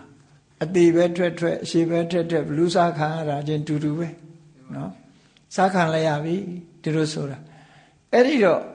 ဘဝတစ်ခုမရအောင်ဘယ်သူလို့အောင်အဲ့ဒီအဝိဇ္ဇာဆိုတဲ့မျက်နှာဖုံးကိုခွာဘလူးရုပ်တွင်ပေါ်လာတဲ့အခါကျတော့ကြောက်တယ်မလို့ကျွန်တော်ဘူးကံတရားကမကြိုးစားတော့ဘူးဆိုတော့အဝိဇ္ဇာပျောက်ရင်တဏှာလည်းပျောက်တယ်တဏှာပျောက်ရင်ကံရဲ့အစွမ်းတတ္တိလည်းပျောက်သွားတယ်ပျောက်သွားသည့်အတွက်ကြောင့်သူတို့ဖန်တီးနေတဲ့လှုပ်ချင်တဲ့ဇလန်းကြီးကမပေါ်လာတော့မပေါ်လာလို့ရှိရင်ဘလူးစားခံရခြင်းကလွတ်သွားတယ်အဲ့ဒီနီးကိုဘုရားဟောတာပဲမအိုရမနာရမသေးရဆိုတာတချို့ကထင်နေတယ်လူဖြစ်လာပြီဘယ်တော့မှမအိုတော့ဘူးလို့ထင်တာဖြစ်ကိုမဖြစ်တော့တာနော်နိဗ္ဗာန်ဆိုတာဖြစ်ကိုမဖြစ်တော့တာဘာလို့မဖြစ်တော့ဆိုခုနကလှည့်စားမှုတွေနဲ့လိုချင်မှုတွေမရှိတော့မရှိသည့်အတွက်ကြောင့်ဘဝဆိုတာစကုန်မစလာအဲ့ဒီနီလန်းကိုပဲမြတ်စွာဘုရားကရှာဖွေပြီးတော့တွေ့ထားတာတဲ့ဖြစ်လာတဲ့တတ္တဝါမိုးအောင်လုံနိုင်တာတော့မဟုတ်ဘူးမဖြစ်အောင်လုပ်တဲ့ဤစနစ်ဒါပဲအဲ့တော့ပုရုဇဉ်နေအနေနဲ့ပြည့်မယ်ဆိုမဖြစ်ဘူးဆိုလို့ရှိရင်လူကမကြိုက်တော့မကြိုက်ဘူးနော်ဖြစ်ချင်နေတာဖြစ်ချင်နေတဲ့ဘဝတဏှာရှိနေသမျှကာလပတ်လုံးမဖြစ်ရတော့ဘူးဆိုလို့ရှိရင်နိဗ္ဗာန်ဟာကြောက်စရာကြီးဖြစ်သွားတယ်ဘာဖြစ်လို့လဲလိုချင်တဲ့တဏှာရဲ့လွှမ်းမိုးမှုကချုပ်ကင်ထားမှုကြောင့်ကိုယ်အနေနဲ့ဖြစ်တာကိုပဲကြိုက်အဲ့တော့ဖြစ်တာကိုပဲကြိုက်နေတဲ့ပုဂ္ဂိုလ်တယောက်ဟာဖြစ်တာကိုမကြိုက်သည်ထိအောင်မြင်အောင်ကြိုးစားကျင့်တာဝိပဿနာအားထုတ်တယ်လို့ခေါ်တာပဲနော်ဖြစ်တာကိုအမှန်မသိသေးတော့ဘလူးကိုဘလူးမှမသိသေးတာအဲ့တော့ဘလူးကိုဘလူးမှသိအောင်ဝိပဿနာတရားအားထုတ်တယ်ဘလူးမှလည်းသိပြီမကြိုက်တော့ဘူးဝိပဿနာဉာဏ်นี่ဖြစ်လာအဲ့ဒီကြတော့ကံတရားတွေကိုဖယ်ရှားကိလေသာတွေကိုဖယ်ရှားလိုက်တဲ့ရတ္တမက်ဆိုတဲ့ဉာဏ်ရလာ အဲ့ဒီလမ်းကြောင်းကိုမြတ်စွာဘုရားရှာတွေ့တာတဲ့ဖះမပွင့်ခင်ကဒီလမ်းကိုမတွေ့ဘူးမတရားတရားကိုရှာနေတာအခုခေတ်လည်းရှာကြတယ်လေဓာတ်လုံးလေးထိုးဆေးလေးတောက်ဟောဓာတ်ပြားလေးတောက်ပြားရည်နဲ့ရောပြီးတော့တောက်ဒါလေးစားရင်မအိုမနာမသိဆေးတောင်ကနာမည်ပေးထားသေးတယ်မအိုမနာမသိနော်မအိုမနာမသိဆေးဆိုပြီးတော့လူတိုင်းဟာမအိုလည်းမအိုချင်ဘူးနာလည်းမနာချင်ဘူးသိလည်းမသိချင်ဘူးအဲ့တော့တကယ်တော့ရလာလို့ဆိုမရဘူးနောက်ဆုံးမှအသက်တောင်ဆွဲဆန့်လို့မှမရတာကြီးကိုမအိုမသိဘူးဆိုတာခဲရင်ကြီးပဲလေအသက်တောင်ဆွဲဆန့်ကြည့်ပါလား extension လုပ်လိုက်ပေါ့ငါအသက်200ကျမှငါသိမယ်မသိသေးဘူးဆိုပြီး extension လုပ်လို့မရဘူးမသိချင်ပဲနဲ့ပဲသိရမှာပဲနောက်ဆုံးကြတာအဲ့တော့မြတ်စွာဘုရားကမတရားလမ်းကြောင်းဟာအကောင်းဆုံးလမ်းကြီးကိုရှာဖွေတွေ့ထားတာဒါကြောင့်မို့လို့သူကတလို့ခေါ်တာသောဗနကမနတ္တာအဲ့ဒီမတရားလမ်းကြောင်းဆိုတာဘယ်လမ်းလဲလို့ဆိုရင်မဂ္ဂင်၈ပါးဒီဥသောလမ်းပဲအဲ့ဒီမက္ခဆိုတဲ့လမ်းဟာဘာနဲ့ဖွဲ့စည်းထားတာတော့ဆိုသမ္မာဝါစာသမ္မာဒိဋ္ဌိသမ္မာသင်္ကပ္ပသမ္မာဝါစာသမ္မာကမ္မန္တသမ္မာအာဇီဝသမ္မာဝါယာမသမ္မာတတိသမ္မာသမာဓိလို့ဆိုတဲ့မဂ္ဂင်၈ပါးနဲ့ဖွဲ့စည်းထားတာမက္ခဆိုတာဒီအဖွဲ့စည်းတရားရဲ့နာမည်ခေါ်တာဒီ၈ခုကိုပေါင်းပြီးတော့မက္ခလို့ခေါ်တာတစ်ခုတည်းကိုခေါ်တာမဟုတ်ဘူး unity of eight factor ဒီ၈ခုပေါင်းတာအဲ့ဒီ၈ခုဟာဝိပဿနာတရားအားထုတ်နေတဲ့အချိန်မှာလဲဒီ၈ခုနဲ့သွားနေတာသို့တော့စွမ်းအားတွေမပြည့်သေးသမျှဝိပဿနာဉာဏ်လို့ခေါ်တယ်စွမ်းအားပြည့်သွားပြီဆိုရင်မဲ့ဉာဏ်ဖြစ်သွားပြီမဲ့ဖြစ်သွားပြီသူကဒီမဲ့ပဲနော်အဲ့တော့လောက်ရတာကဝိပဿနာမက်ကရလိုက်တာကအရိယာမက်ကဝိပဿနာကဒီအလုံးလုံးပြီးတော့အသိဉာဏ်တွေဖွံ့ဖြိုးလာအောင်အတွေးတွေမှန်ကန်လာအောင်ကိုယ်ချင်းတရားကိုအခြေခံပြီးတော့ကြိုးစားမှုတွေတတိထားမှုတွေတမာတိတွေဒီစွမ်းအားတွေကိုမြင့်ရင်နဲ့နောက်ဆုံးမှာဒီ၈ခုကတစ်ခုတည်းကဲ့သို့ဖြစ်သွားစွမ်းအားပြည့်တယ်ဆိုတာဝိပဿနာအခိုက်တုံးကတော့၈ခုက၈ခုဖြစ်နေကြတယ်တစားထောင်တစားလဲနဲ့၈ခုမှန်သိတာအလုပ်တွေလုပ်နေကြတာအဲ့ဒီ၈ခုကတပေါင်းတည်းဖြစ်သွားပြီဆိုရင်အရိယာမဂ္ဂဖြစ်သွားတယ်စွမ်းအားပြည့်သွားပြီတစ်ခုတည်းဖြစ်သွားပြီဆို energy တွေအလုံးစုသွားပြီအလုံးမှာ၈ခုလုံးဟာတစ်ခုတည်းလို့ဖြစ်သွားတယ်အဲ့ဒီတစ်ခုတည်းလို့ဖွဲ့စည်းပြီးတော့စီလုံးညီညာသွားပြီဆိုလို့ရှိရင်ကိလေသာတွေအလုံးကိုဖယ်ရှားပြစ်လိုက်ပြီးတော့နိဗ္ဗာန်ကိုမျက်မှောက်ပြုသွားတယ်အဲ့ဒီအရိယမဂ္ဂဆိုတဲ့လမ်းကြောင်းကိုရှောက်လန်းသွားတာမြတ်စွာဘုရားတဲ့ပထမဆုံးတွေ့တာဒါကြောင့်မို့မြတ်စွာဘုရားကိုသူကတောသောဗနကမနတ္တာတင့်တယ်သောအပြစ်ကင်းသောလမ်းကြောင်းရှိတဲ့ပုဂ္ဂိုလ်များလို့ဒီလိုတည်းပဲမြတ်စွာဘုရားအရင်ကဒီဘာသာတရားကိုဟောပြောနေတဲ့ပုဂ္ဂိုလ်တွေဒီလမ်းကြောင်းတွေ့ကိုမတွေ့ဘူးသူတို့ရှာလို့မရဘူးဗြဟ္မပြေကိုပဲပန်းနိုင်ထားပြီးတော့ကျင့်ကြတာကဘာပေါင်းချီပြီးတော့နှစ်ပေါင်းကြာစွာကဘာပေါင်းကြာရှည်စွာအသက်ရှည်တာကိုပဲမအိုမနာမသေးဆိုပြီးတော့နေကြတာဘာတူလဲခုခေတ်ထင်ရှားရှိတဲ့ဘာသာတရားတွေကြည့်လိုက်သူတို့ပြောတယ်မဟုတ်လားသိလို့ရှိရင်ပဲသွားကောင်းကင်ဘုံသွားမကောင်းတဲ့လူကြတော့ထာဝရငရဲနဲ့ထာဝရကောင်းကင်ဘုံဆိုတာကောင်းကင်ဘုံဆိုတာတခြားပြောတာမဟုတ်ဘူးဗြဟ္မပြေကိုပြောတာအဲ့တော့ဗြဟ္မပြေဆိုတာဗုဒ္ဓဘာသာတရားတော်အရဇာယမှရောက်တာနော်တမာတိကျင့်စဉ်တွေကိုကျင့်မှရောက်တာဖျားရှိခိုးယုံလေးနဲ့ confession လုပ်ယုံလေးနဲ့ sacrifice လေးလုပ်ယုံလေးနဲ့ဗြဟ္မပြေဆိုတာရောက်ဖို့ဝေးလားဝေးဗြဟ္မပြေမပြောနဲ့လူပြေတင်းနေရင်ကံကောင်းလုပ်တဲ့အလုပ်ကိုကြည့်မယ်ဆိုရင်လမ်းကြောင်းအမှန်ကိုမြတ်စွာဘုရားထုတ်ပေါ်ဟောတာဗြဟ္မပြေရောက်ချင်သမထကျင့်စဉ်တစ်ခုကျင့်ရောက်ကိုရောက်တယ်သို့တော့ဗြဟ္မပြေဟာလမ်းဆုံးလားဆိုဘယ်ဟုတ်မလဲသူ့မှာလည်း life span ရှိတာရှည်တော့ရှည်တယ်သို့တော့သိပါပဲဒီလိုဆိုလို့အဲ့တော့အဲ့ဒီလမ်းကြောင်းကိုဘယ်သူမှမတွေ့ဘူးဒီအကောင်းဆုံး အစစ်မှန်ဆုံးအပြစ်ကင်းဆုံးလမ်းကြောင်းကိုမြတ်စွာဘုရားကိုယ်တိုင်စတွေးတာဖြစ်သောကြောင့်သူကတအကောင်းဆုံးသောလမ်းကြောင်းလျှောက်လှမ်းပြီးသူဆိုတဲ့အဓိပ္ပာယ်နဲ့အကောင်းဆုံးသောလမ်းကြောင်းရှိတဲ့ပုဂ္ဂိုလ်မြတ်အနေနဲ့သူကတလို့ခေါ်တာဒါကအဓိပ္ပာယ်တစ်ခုနော်သောဗနခမနတ္တာတင့်တယ်သောသွားခြင်းသွားရောက်တဲ့လမ်းကြောင်းရှိတဲ့ပုဂ္ဂိုလ်သူများလို့ဒီလိုအဓိပ္ပာယ်ရတယ်ဒါအလွန်ကြီးမားတဲ့ခုံကြီးနော်ကဘာမှာဘယ်ပညာရှိမှမတွေ့ခဲ့တာဂေါတမဗုဒ္ဓပဲတွေ့တယ်ကျန်တဲ့ပုဂ္ဂိုလ်မတွေ့ဘူးသူတို့ဆိုတာပေါ့ဟောနောက်တစ်ခုကဘာတော့ဆိုရင်အဲ့ဒီလမ်းကြောင်းကိုတော့တွေ့ပြီးပြီဟုတ်တယ်အဲ့ဒီလမ်းတိုင်လျှောက်သွားလို့လမ်းဆုံးကိုရောက်ပြီးပြီလားဆိုနောက်အဓိပ္ပာယ်တစ်ခုဖော်ပြတယ်မြတ်စွာဘုရားဟာအဲ့ဒီလမ်းကြောင်းအတိုင်းသွားလို့လမ်းဆုံးကိုလည်းရောက်ပြီးပြီစခန်းကိုရောက်သွားdestination ခေါ်တာပေါ့လမ်းဆုံးကပါလဲနိဗ္ဗာန်ခုနမအိုဘူးမနာဘူးမသေးဘူးဆိုတာဒီလမ်းကိုတော့တွေ့ထားပြီမှန်တယ်သောဗနကမတ္တတာအကောင်းဆုံးသောလမ်းကြောင်းရှိတဲ့ပုဂ္ဂိုလ်လမ်းကြောင်းရှိပြီးတော့ရှောက်လန်းပြီးပြီလားဆိုရှောက်လန်းပြီးပြီနောက်အဓိပ္ပာယ်တစ်ခုကသူခတ္တအကောင်းဆုံးသောနိဗ္ဗာန်ဆိုတဲ့ဒီလမ်းကြောင်းအတိုင်းရှောက်လန်းလို့အကောင်းဆုံးသောနိဗ္ဗာန်ဆိုတဲ့လမ်းဆုံးကိုရောက်ပြီးဖြစ်ပြီဟောတာလေသူကတရဲ့အဓိပ္ပာယ်တစ်ခုပဲမြတ်စွာဘုရားဟာလမ်းစဉ်နဲ့ဖော်ထားတာမဟုတ်ဘူးလမ်းဆုံးပန်းတိုင်ကိုလည်းရောက်သွားပြီးသားဖြစ်တယ်တချို့ကလမ်းသာဖော်တာလေပန်းတိုင်ပဲနေမှမသိဘူးဖော်ကြတယ်မဟုတ်လားဆိုရှယ်လစ်လမ်းစဉ်ဖြင့်ဘာချီတက်ကြအောင်ဆိုလမ်းဆုံးလည်းပဲနားနေမှလည်းမသိဘူးချီတက်သွားချီတက်တာသွားတာချီတက်လို့လည်းဆုံးလည်းမဆုံးဘူးရောက်လည်းမရောက်ဘူးရောက်လည်းမရောက်ပြန်ရောက်လာကိုယ့်အိမ်ကိုပြန်ရောက်လာအဲ့ဒါမျိုးလို့ဖြစ်ဟိုတင်းလို့ကြာနေဒုတိယခရီးသွားတယ်ခရီးသွားတော့သူကဘာလုပ်တော့ဆိုငါလမ်းမသိဘူးလမ်းမသိလွယ်ပါတယ်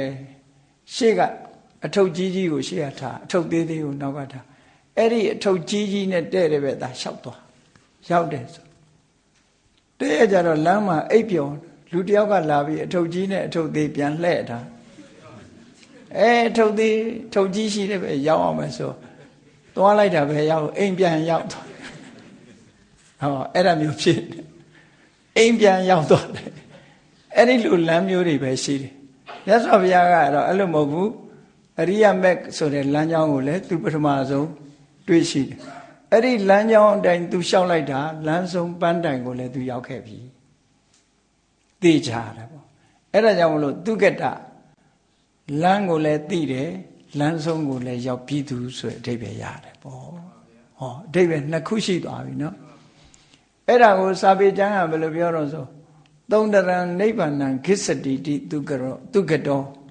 အလွန်ကောင်းမွန်တယ်ကောင်းတယ်ဆိုတာဘာလို့ကောင်းတော့အဲ့ဒီနေရာရောက်သွားရင်ဒုက္ခတွေတခုမှမရှိတော့ဒုက္ခတွေကင်းသွားလို့ကောင်းတာတန်တရားထဲမှာဆိုရင်ဒုက္ခတွေကအလွန်များတယ်လေအိုခြင်းဆင်းရဲနာခြင်းဆင်းရဲသိခြင်းဆင်းရဲဒီပြင်ဒုက္ခမရှိတောင်အဲ့ဒါတော့လားသင်္ခါရတွေနဲ့တွေ့နေသည့်အတွက်ကြောင့်ဖြစ်ပြီးရင်ပြည့်နေတဲ့ဒီဒုက္ခကြီးဟာဘယ်သူမှတားဆီးလို့မရဟောနိဗ္ဗာန်ကြတော့အဲ့ဒီဒုက္ခတွေမရှိဘူးကင်းတယ်အေးချမ်းတယ်ဒါကြောင့်မို့လို့နိဗ္ဗာန်ဟာသုံးတရဌာနအလွန်ကိုကောင်းတဲ့နေရာကြီးတစ်ခုပဲဘေးရန်ခတ်သိမ်းကင်းငြိမ့်တဲ့အဲ့ဒီနိဗ္ဗာန်ကိုဆိုတဲ့လမ်းဆုံးကိုလည်းဒီလမ်းကနေလျှောက်ပြီးတော့ကိုယ်တိုင်လည်းရောက်သွားပြီလို့ဒီလိုပြောတာနော်လျှောက်သွားပြီအဲ့ဒါဒုတိယအဓိပ္ပာယ်တတိယအဓိပ္ပာယ်ကြတော့မြတ်စွာဘုရားရဲ့ဒီဖြတ်တန်းမှုဟာနောက်ကြောင်းမပြန်တဲ့ဖြတ်တန်းမှုလို့ခေါ်တယ်ဘုရားသွားတဲ့လမ်းကြောင်းဟာနောက်ကြောင်းပြန်တဲ့လမ်းမဟုတ်ဘူးသူကနောက်ကြောင်းပြန်တယ်ဆိုကြတဲ့ကစန္ဒဝဝလုံနေရရင်တော့နောက်ကြောင်းပြန်မှာပဲသိကြတယ်ရှေ့တလန်းသွားလိုက်နောက်နှစ်လန်းဆုပ်လိုက်ဖြစ်နေတယ်လေရှေ့တလန်းတိုးနောက်နှစ်လန်းဆုပ်ဆိုတဲ့လမ်းစဉ်တွေပေါ့ဘယ်လိုလုပ်ရောက်ရှေ့တလန်းနဲ့တိုးပြီးတော့နောက်ကိုနှစ်လန်းဆုပ်တယ်ဆိုတော့ကြေးနေပြီသူဟာဒီနေရာပဲရရမယ်သဘောဖြစ်အဲ့ဒါလို့မဟုတ်ဘူးတဲ့မြတ်စွာဘုရားကတော့နောက်ကြောင်းမပြန်ဘာကြောင့်နောက်ကြောင်းမပြန်သူလမ်းလျှောက်တဲ့လမ်းကမှန်ကန်တဲ့လမ်းကြီးကိုအဲ့ဒီလမ်းကြောင်းကိုရှောက်သွားတာဘယ်တော့မှသူလှုပ်တဲ့လှုပ်ရ အင်မတန်မှသေးသေးတတ်တတ်ရှိတာဖြစ်သောကြောင့်အလုံးဟာရှင်းပြီးသားဖြစ်သွား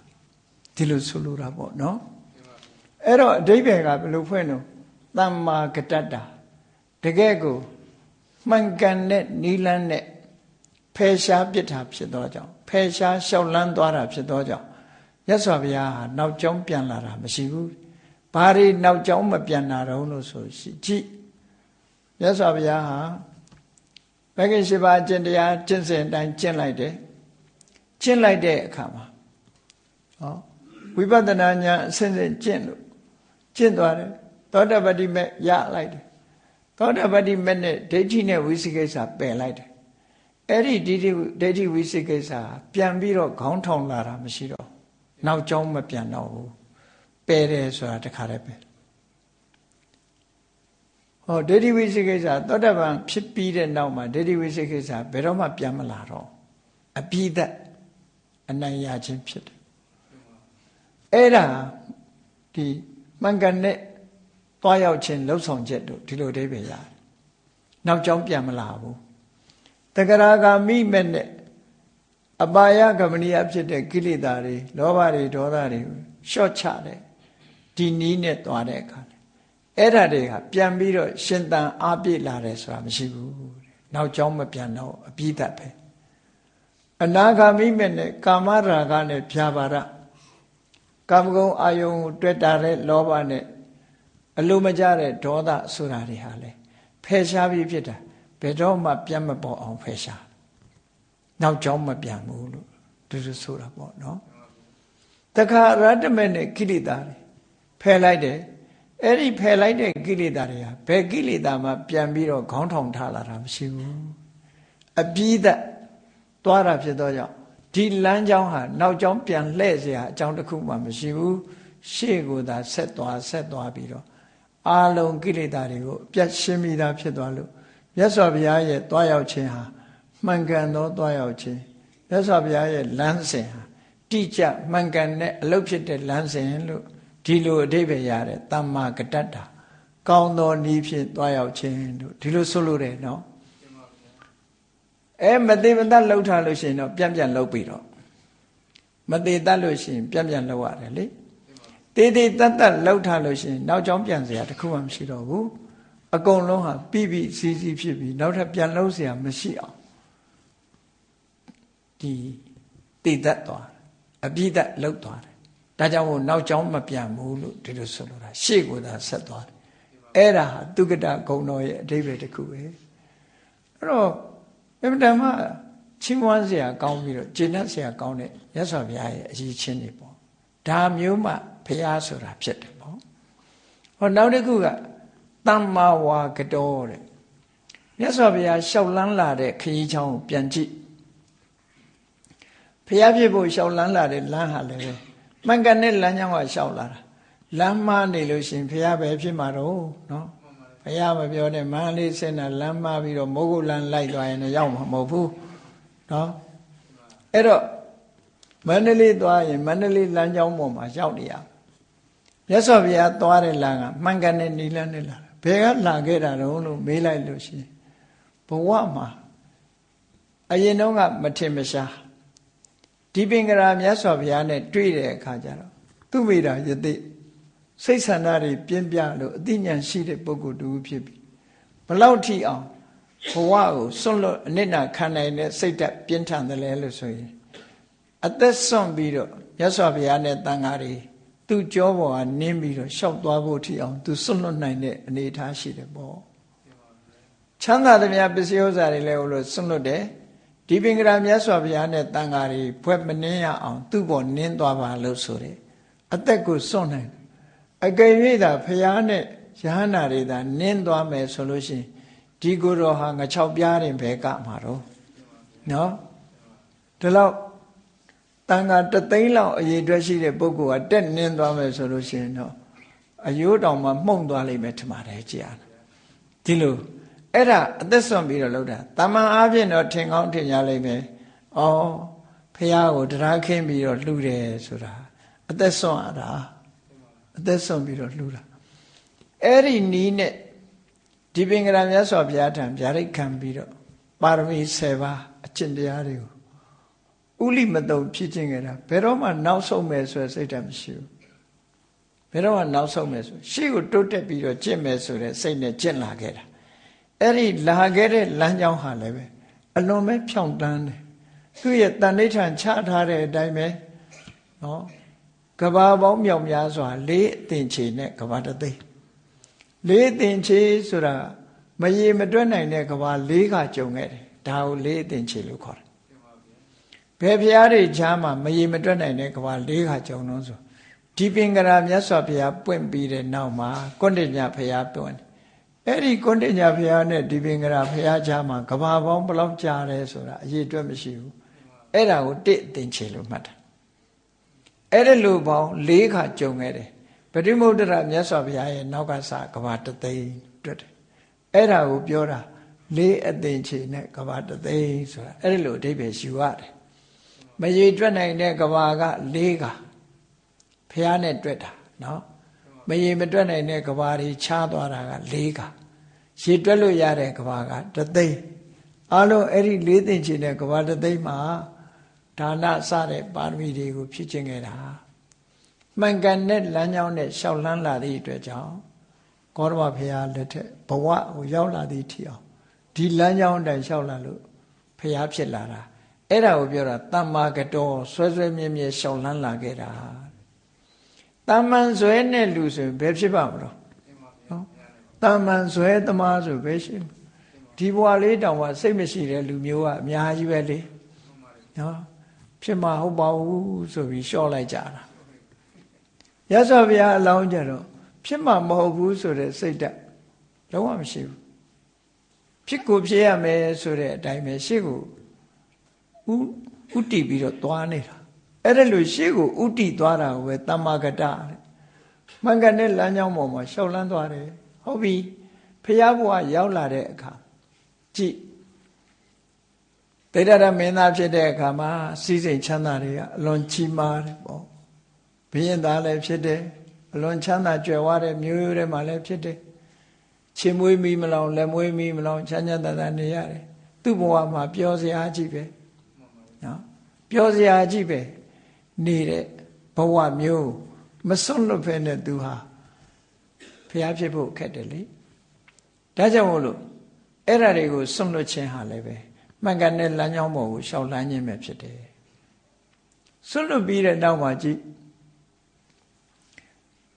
ဘုရားလောင်းကတရားဓမ္မကျင့်တာတရားဓမ္မကျင့်တဲ့အခါမှာလဲအစွန်းရောက်တဲ့အကျင့်တွေအစွန်းရောက်တဲ့အကျင့်တွေကိုရှောင်ရှားပြီးတော့မှန်ကန်တဲ့လမ်းကြောင်းကသွားတာဘဝဟာမြဲတယ်ဆိုတဲ့ထာဝရမြဲတယ်လို့ယူဆတဲ့တတ္တတအစွန်းထာဝရပြတ်ဆဲသွားတယ်လို့ယူဆတဲ့ဥစ္စေတအစွန်းနော်ထာဝရတည်မြဲနေတယ်လို့ယူတဲ့တတ္တတထာဝရပြည့်စဲသွားတယ်လို့ယူတဲ့ဥစ္စေတအဲ့ဒီလမ်းကြောင်းနှစ်ခုကိုရှောင်ရှားပြီးတော့အလယ်ကအေးအကြောင်းရှိသေးရင်ဖြစ်အောင်မှာပဲအကြောင်းချုပ်လို့ရှိရင်ချုပ်မှာပဲဆိုတော့ထာဝရမြဲတယ်ဆိုတာမဟုတ်ဘူးထာဝရပြည့်စဲတယ်ဆိုတာလည်းမဟုတ်ဘူးအကြောင်းရှိရင်ဖြစ်အောင်မှာပဲအကြောင်းချုပ်တယ်ချုပ်သွားတာကိုမြင်သောအဖြစ်ထာဝရမြဲတယ်ဆိုတာမဟုတ်ဘူးပြန်ပြီးဖြစ်တာကိုမြင်သောအဖြစ်ထာဝရပြတ်သွားတာဆိုတာမဟုတ်ဘူးအကြောင်းရှိရင်ဖြစ်မယ်အကြောင်းမရှိရင်မဖြစ်ဘူးဆိုတဲ့မှန်ကန်တဲ့လမ်းကြောင်းကနေသွားလိုက်တာတတ္တတအစွန်းဥစ္စေတအစွန်းကိုရှောင်ပြီးတော့ဖြောင့်မတ်တဲ့လမ်းကနေတရားကျင့်နောက်ဆုံးမှာအရိယမဂ်ခင်ကျင့်စဉ်ကိုကျင့်တဲ့အခါမှာ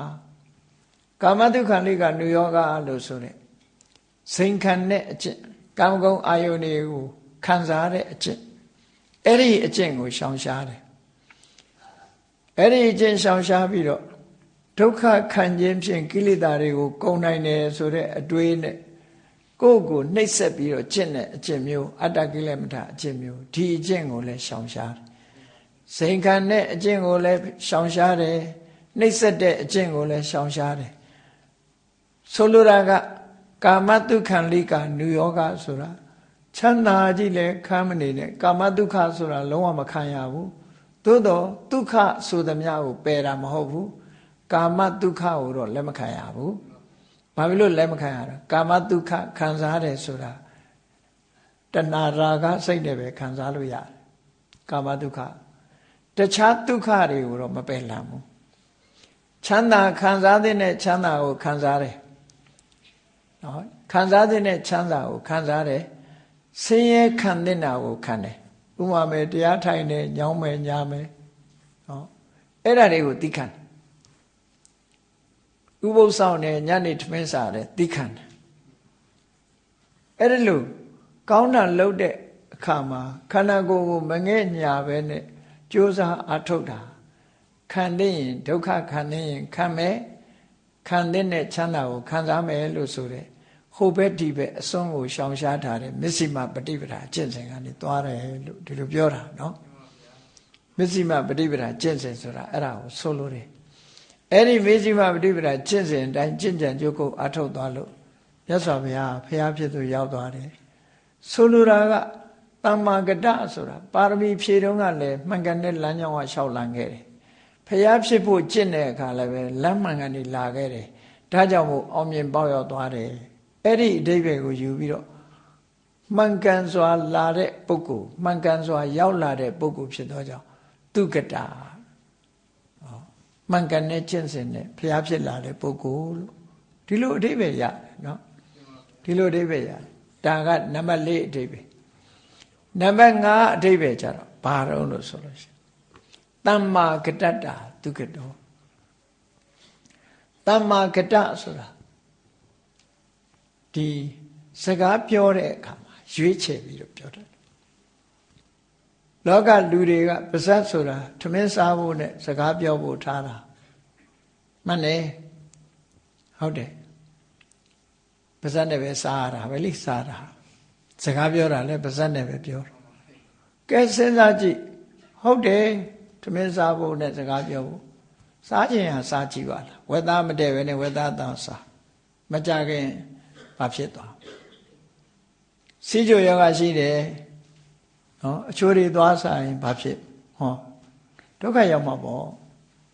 စီကံဆိုတာရှိရမယ်ပေါ့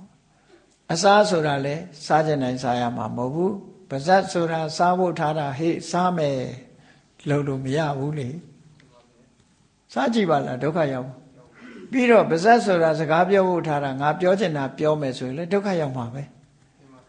အဲ့တော့လောကမှာရွေးချယ်မှုဆိုတာရှိတယ်စားတဲ့မှစားရမယ်ပြောတဲ့မှပြောရမယ်ဟောဒီလိုလာတာပေါ့အဲ့ဒါမြတ်စွာဘုရားဟာရွေးချယ်တာစကားကိုပြောတဲ့မှပြောမယ်ဒါဖြင့်ပြောတဲ့စကားမပြောတဲ့စကားဘယ်လိုသတ်မှတ်မလဲ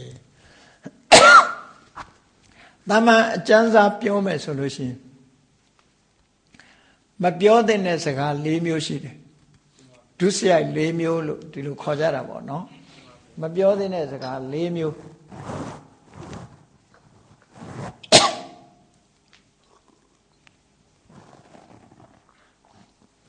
လိန်ပြောတဲ့စကားမပြောသင့်ဘူးတစ်ဖက်သားကွဲပြဲသွားအောင်မပြောသင့်ဘူးတစ်ဖက်သားနားမချမ်းသာအောင်ကြမ်းတမ်းရိုင်းပြတဲ့စကားမပြောသင့်ဘူးတစ်ဖက်သားအကျိုးပြက်ပြားသွားအောင်တရားလက်လို့စကားတွေမပြောသင့်ဘူးဒါမပြောသင့်တဲ့ဝစီထုစရိုက်လို့ဒီလိုခေါ်တာရှောင်ရပြောသင့်တဲ့စကားကဘာတော့မှန်ကန်တဲ့စကားပြောရမယ်နှစ်ဦးသားညီညွတ်စေ့စပ်အောင်ပြောရမယ်ရင်ကျေးတိမ်မွေးတဲ့တစ်ဖက်သားနားချမ်းသာအောင်ပြောရမယ်အကျိုးရှိတဲ့တရားစကားပြောရမယ်လို့ဆိုတာပြောတဲ့နာနဲ့မပြောတဲ့နာခွဲခြားပြီးတော့သိရသိပြီးတော့အကျိုးရှိတာကိုရွေးချယ်ပြီးတော့လုပ်ရအစားအစာလည်းထို့တူပဲကိုယ်ခန္ဓာကိုယ်နဲ့တဲ့တဲ့အစားအစာရွေးချယ်ပြီးတော့စားရမယ်မတဲ့တာကိုရှောင်ရမယ်ဒါလုံးအမဲ့ကိစ္စဒီတိုင်းပဲလေသဘာဝပဲအဲ့တော့ဟုတ်ပြီမြတ်စွာဘုရားကလောကမှာစကား6ခွန်းလူ၌ထွန်းဤလောကလူတွေပြောလို့ရှိတဲ့စကား6မျိုးရှိတယ်တဲ့အဲ့ဒီစကား6မျိုးကဘာတွေလဲလို့ဆိုလို့ရှိရင်သူကလက်ပတ်ထားတဲ့အခါကျဒီ6ခုကနားထဲမှာရှုပ်သွားတတ်တယ်မရှုပ်အောင်ရှင်းရှင်းပြောရမယ်ဆိုရင်မရှုပ်အောင်ပြောရမယ်ဆိုရင်နံပါတ်1မှတ်ဖို့ရတော့ လူမကြိုက်တဲ့စကားနဲ့ကြိုက်တဲ့စကားဒီနှစ်ခုအရင်မှတ်လူဆိုတာအကောင်းပြောတိုင်းလည်းကြိုက်တာမဟုတ်ဘူးအဆိုးပြောတိုင်းလည်းမြောက်ပြောရင်ကြိုက်တယ်လေတချို့ကမြောက်ပြောတာကြတော့လူတွေကကြိုက်တယ်အရင်တော့တောင်မှငယ်ငယ်တုန်းကဒီအင်္ဂလိပ်လိုရေးထားတဲ့ story လေး100 story ထဲမှာအမြောက်ကြိုက်တဲ့အကြောင်းလေးကိုရေးထားရှိတယ်မြောက်ကြိုက်တဲ့အကြောင်း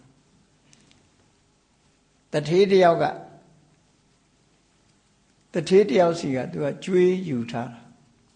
ကျွေးယူထားတော့အဲ့ဒီလူလာတိုင်းသူကရှောင်းနေတယ်အမြဲတမ်းရှောင်းနေတာတရက်တော့အဲ့ဒီတထေးကြီးကမြင်းကြီးစီးပြီးတော့လာတယ်သူကလည်းအဲ့ဒီလမ်းလာတော့ပက်ပင်းမှတွေ့ကျွေးတင်တဲ့ကောင်နဲ့ပက်ပင်းမှတွေ့တော့တိမ့်လို့မရဘူးအဲ့နေ့ကျတော့တိမ့်လို့မရတဲ့အခါကျတော့သူကဘာလုပ်တော့ဆိုတထေးကြီးမြင်းကြီးကလှလိုက်တာတထေးကြီးစီးသွားတာလဲအဲ့ဒါမှ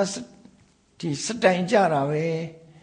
ကစုံပေါက်ပြီးတော့ပြေးမယ်ဆိုရင်ဘလောက်များကြည့်ကောင်းလိုက်မလဲဆိုဟိုကကြာပေါ်လေးရှုံးငနဲ့ရိုက်ပြီးတော့မြောက်တာကြိုက်တာကိုအဲ့ဒါနဲ့သူလွတ်သွားတယ်ကျွေးတောင်းဖို့ရမေ့သွားတယ်မြောက်လိုက်တဲ့အခါကျတော့မြင်းကြီးကလည်းလှလိုက်တာတထေးကြီးကစီးနေတာလဲစတိုင်ကြလိုက်တာနည်းနည်းလေးများမြင်းကိုအပြေးစီးပြလို့ရှိရင်တော့ဘလောက်များချီးမွမ်းစရာကောင်းတော့ဆိုဟောမှတ်ပြီးဟိုရိုက်ချပြီးကျွေးတောင်းဖို့ရမေ့သွားတယ်လွတ်သွားပြန်အဲ့ဒီချိန်လောကလူတွေဟာချီးမွမ်းတာတို့မြောက်တာတို့ကြိုက်တယ်ဆိုတဲ့အဓိပ္ပာယ်ကိုပြောပြတာနော်အဲ့တော့လူကြိုက်တဲ့စကားလူမကြိုက်တဲ့စကားဒီနှစ်ခုကိုအရင်မှတ်ထားပြီးတော့အဲ့ဒီနှစ်ခုမှာအကျိုးမရှိတဲ့စကားအကျိုးရှိတဲ့စကားဒီနှစ်ခုနဲ့မြောက်ဒီလိုဆိုလိုတာပေါ့အကျိုးမရှိတာအကျိုးရှိတာဒီနှစ်ခုနဲ့မြောက်တယ်ပြီးတဲ့အခါကျတော့မှန်နှစ်ခုနဲ့တစ်ခါပြန်မြောက်တယ်ပေါ့အဲ့ဒီလိုမြောက်လိုက်တာနော်နှစ်ကိုနှစ်နဲ့မြောက်တော့ဘယ်လောက်ဖြစ်4ဖြစ်တာအဲ့ဒါကိုတစ်ခါနှစ်နဲ့ပြန်မြောက်တော့ဘယ်လောက်ဖြစ်10ဖြစ်ရ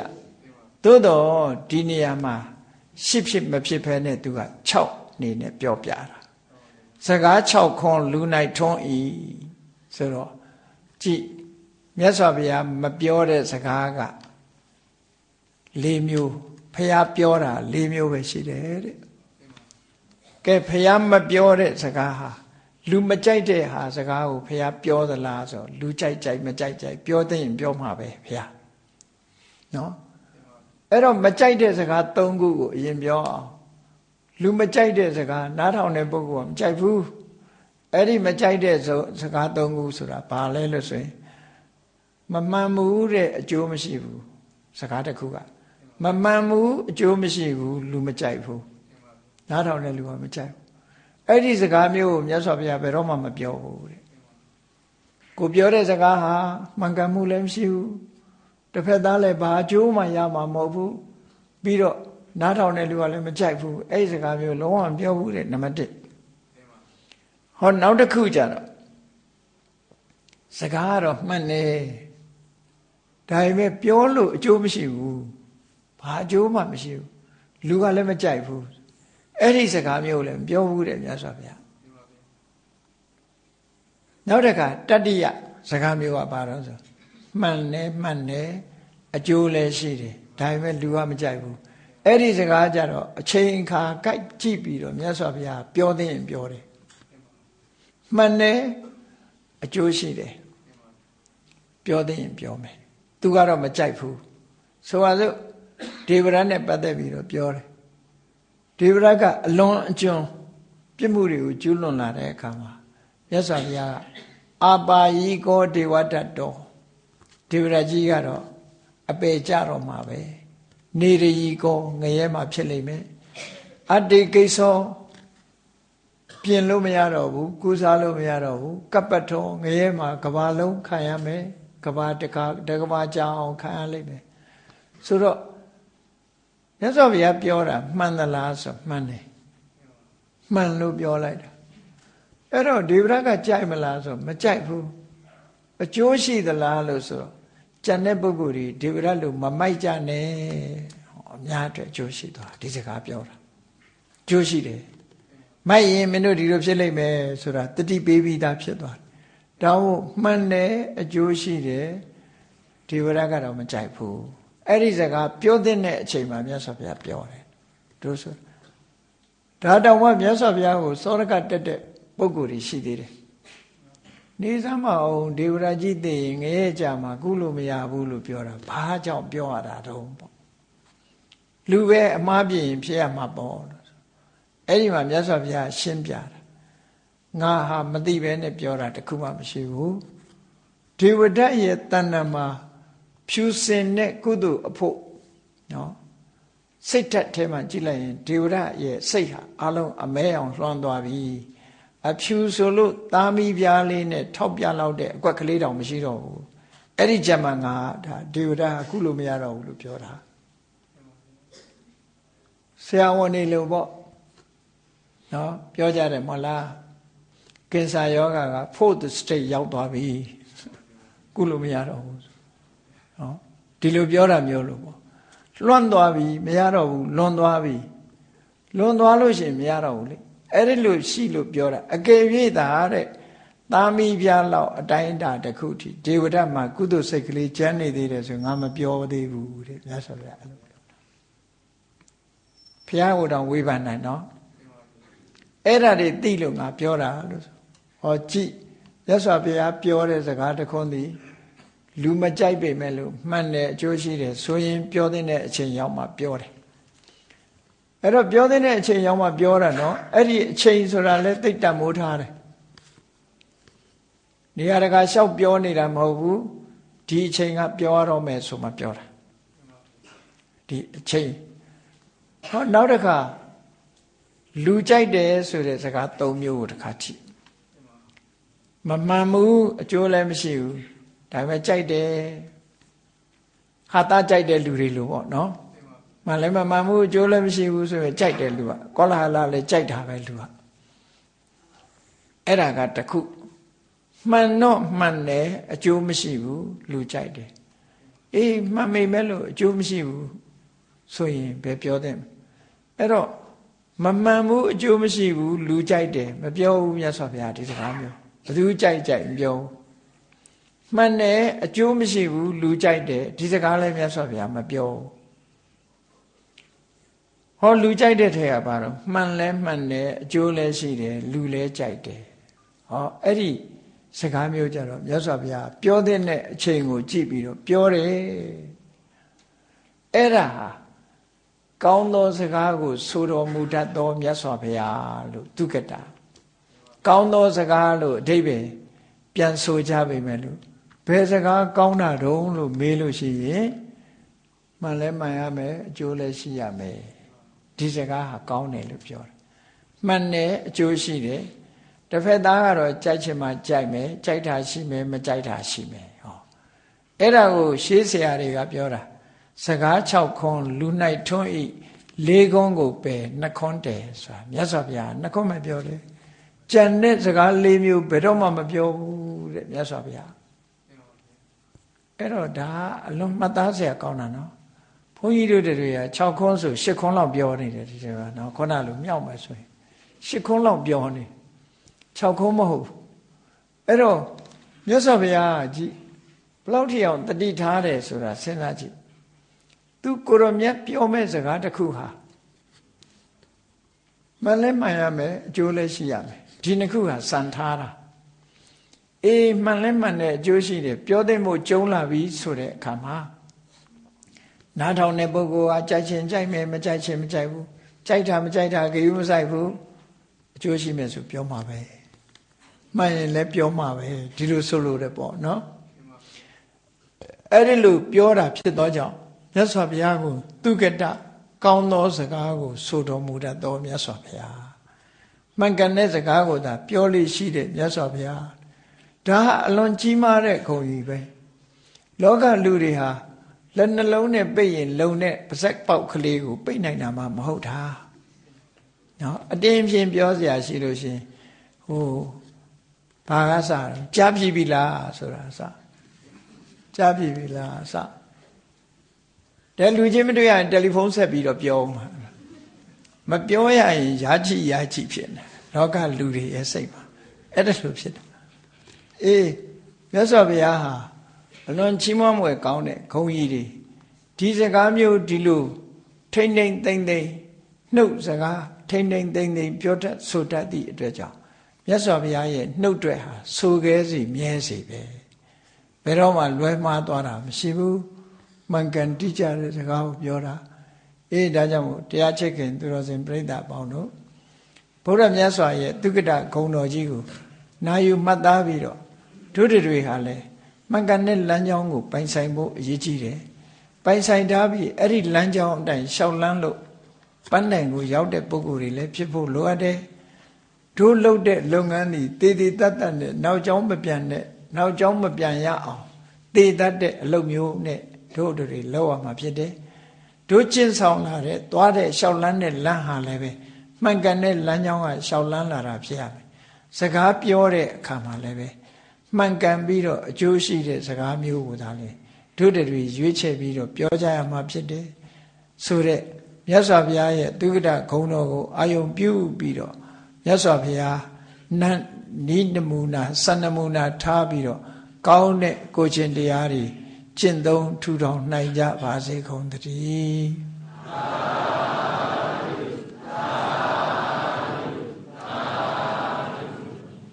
မေတ္တာပို့ရအောင်တတ္တဝါများစွာ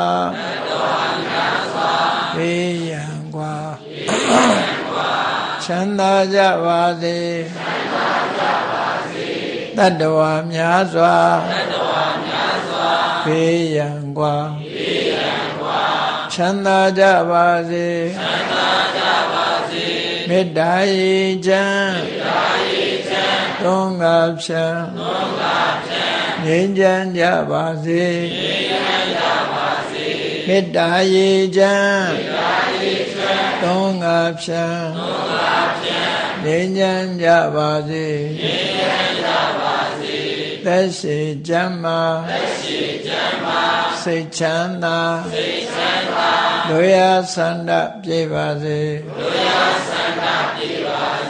သက်ရှိကျမ်းမာစိတ်ချမ်းသာလူရဆန္ဒပြေပါစေဖုံလန္တဒုက္ခပင်္ဂစာမေတ္တာပုံနေတုသင်္ကမမနောတရတိတဝေတံဘဝယန္တုဒုက္ခနက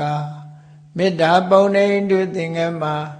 စုပေါင်းဖို့အမေတ္တာတဟုရောင်မြူပဝင်းငွေလမင်းနှင့်ရောင်ချင်းရှက်ယုံပေါင်းဆောင်ရခြင်းကြောင့်သဗ္ဗေတံကျွမ်းမဲ့ဥတုံလုံးစုံများစွာတတ္တဝါတို့၏မနောတရတိမြင်မြတ်ဖြူစင်အေးကြည်လင်းသည့်ရေစဉ်ပြည့်တင်းစိတ်နှလုံးတည်ဟုသောရေအိုင်ကြီးအတွင်၌ဒုက္ခပင်ကသာစင်ထာဝရအေမြจิตာတာယာပွင့်လန်းချမ်းသာဒုက္ခတည်းဟုသောကုမုဒ္ဒရာဇာပန်တို့သည်ဖုံးလန္တာဝန္တာရွှင်မြူဝမုံလူလျက်ကြည်နူးဝဲကြုံဖူးပွေးညကုန်သည်ဖြစ်၍ဒုက္ခနကလေးအောင်လေးတဲ့ရောရှက်သင်ပြန့်ပီတိတိဟုသောယနန်တို့သည်ဘဝယန္တုကောင်းစွာမဲ့တွေကြိုင်လိုက်၍နေကြပါစေကုန်သတည်း